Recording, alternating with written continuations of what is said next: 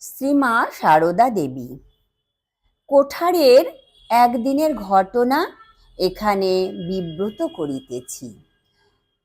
শ্রীমা দ্বিপ্রহরে স্বল্প বিশ্রামের পর খিড়কি মহলে বসিয়া জনৈক সেবকের দ্বারা পত্রাদি লিখাইতেন। সরস্বতী পূজার পরে একদিন পত্রলেখক যথাস্থানে উপস্থিত হইয়া দেখিলেন শ্রীমা পা মেলিয়া স্থির হইয়া বসিয়া আছেন, কিন্তু চক্ষুদ্বয় উন্মিলিত হইলেও দৃষ্টি বহির্জগতে নাই।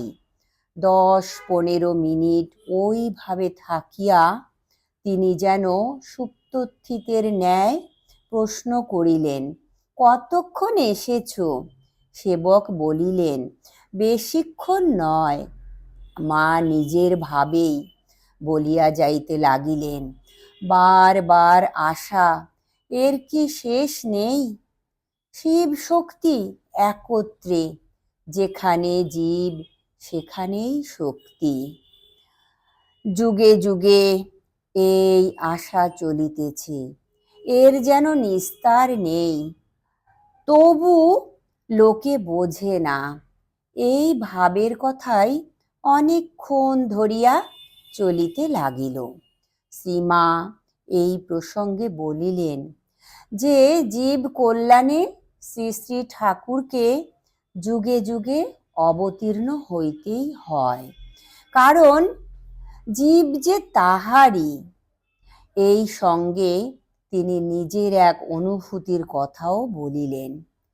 এক সময় তিনি দেখিয়াছিলেন শ্রী শ্রী ঠাকুরই সব হইয়া রহিয়াছেন, কানা খোড়া সবই।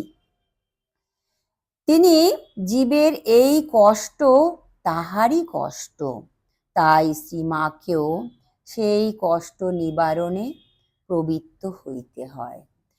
এই অসীম করুণার ভাব যখন তাহার কোমল হৃদয়ে জাগ্রত হয়, তখন নিদ্রা বিশ্রাম সব ঘুচিয়া যায়। তখন মনে হয় সব ছাড়িয়া জীবের কল্যাণ চিন্তাই তাহার কর্তব্য।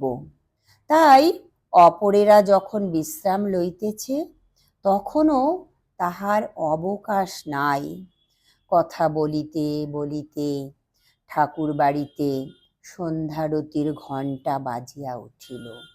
অকস্মাৎ চিন্তাধারা বাধা প্রাপ্ত হওয়ায় মা পারিপার্শ্বিক অবস্থা সম্বন্ধে সচেতন হইলেন এবং শ্রী শ্রী ঠাকুরের সন্ধ্যারতির জন্য উঠিয়া পড়িলেন। জয় মা, প্রণাম মা গো।